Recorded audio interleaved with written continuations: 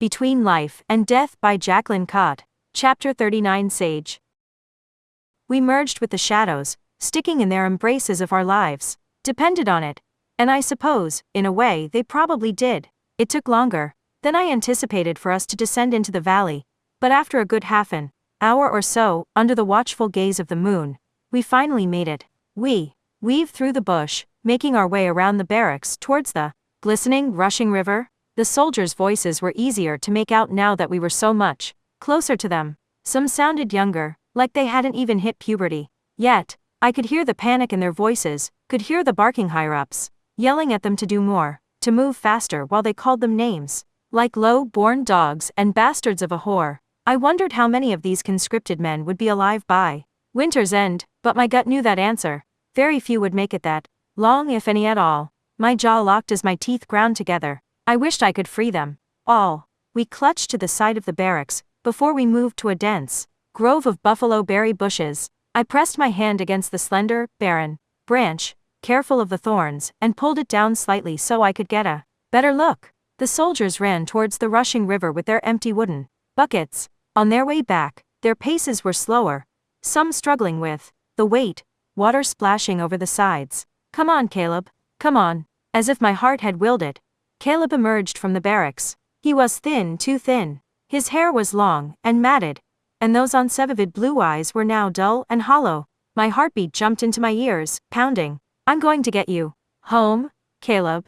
He was too close to the other soldiers for me to get his attention without being noticed, without putting all three of us at risk. I needed to think of a way to let him know I was here. Something that only he would know. Something. I glanced at my hand and suddenly, I knew. I conjured my water curse and I filled his empty bucket to the brim. His arm sank with the unexpected weight. His mouth fell open, dumbfounded. He stared at the bucket, at the water, sloshing from side to side. Instantly, he dropped it, water jumping out as the ground smacked the bottom. He twirled, his eyes searching for me, because he knew it was me.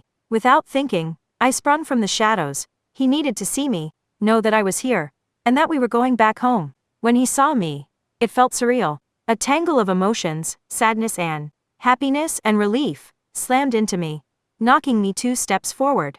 Caleb sprinted, conquering the distance between us. He shouted at me, but I couldn't hear his words. All I could see was him, the horror written on his too thin face. Gods, what had they done to him? His body slammed into mine as he drew me into his arms and twirled me around, except he wasn't twirling me. Before I could process what he had done, I heard it, the whirling, followed by an abrupt, sickening thunk, the sound of an arrow meeting its target. Caleb dropped to his knees, his body slumping just enough that I could see the arrow protruding out of his back, directly over his heart. "Caleb!" I screamed as I dropped in front of him. His eyes met mine, his hand reaching for my cheek, as he brushed away a single tear. He tried to smile, but blood dribbled out from his mouth and his legs gave out. I caught him before he collapsed completely. Soren helped me guide him to the ground. We positioned him on his side, and I leapt over top of him so I was facing his back. My hands frantically clamped around the arrow, trying to apply pressure to his wound, trying to stop the blood. Another arrow whirled past, nearly missing me as it bit into the ground, a few feet away, causing a spray of tiny rocks and dirt. I didn't move when I heard another one whiz by because right now, the only thing that mattered was stopping Caleb from bleeding out. Soren jumped up, twirling, trying to locate the archer, but the archer's arrow found him instead. He stumbled back, his hands wrapped around the shaft as he looked at me, wide-eyed with horror. My blood-stained hand shot out towards him, and my scream, shredded through my throat. Cast in moonlight, soldiers, real soldiers, began to fill in around us. Everywhere I looked, the king's crest stared back at me. A soldier stalked up behind Soren, his sword raised. "Look out!" I screamed, but it was too late. The soldier ran the pommel of his sword into the back of Soren's head, and he crumpled to the ground. He grabbed Soren's collar and dragged his unconscious body away from me. I screamed something, I thought, but I could no longer hear sound. Only a steady ringing in my ears, followed by the frantic cleaving of my heart. This was not how it was supposed to go. I looked down at Caleb. This wasn't it. Ba dump, ba dump, ba dump. Tears fell down my cheeks. Ba dump, ba dump, ba dump.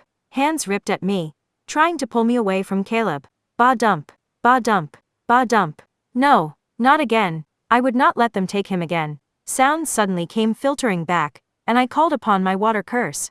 But a bluish-purple fire answered instead, the color itself a dead match for the gaze of the moon. The soldiers that held my arms scrambled away from me, screaming as they tried to remove the red-hot metal gauntlets before my flame welded it to their skin.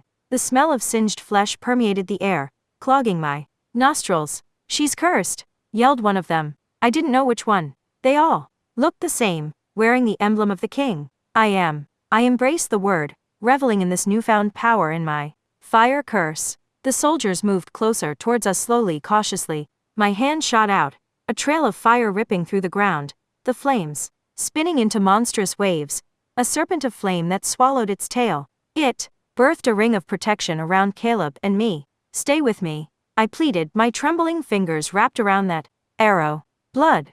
There was so much blood.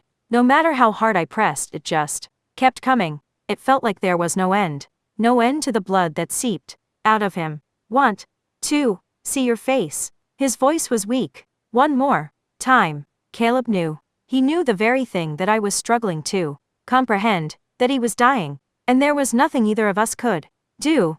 Not even my shaking hands could stop the blood pooling from his back. He had accepted it and asked to see my face, because that was the image he wanted to have before. I knew what I had to do, knew that it was going to be the hardest thing I had ever done. I turned my head to the side, wiped away my tears with the back of my sleeve, and left the wound, knowing full well what abandoning it meant. But I also knew what staying there meant too. It would rob me of these last moments with him, rob him of his last request. I lay down beside him, and took his hand, and pressed it over my heart. "I'm here, Caleb. I'm here now." And for a simple moment, we were little again. Just two kids sitting by the window, waiting for Ezra to come home.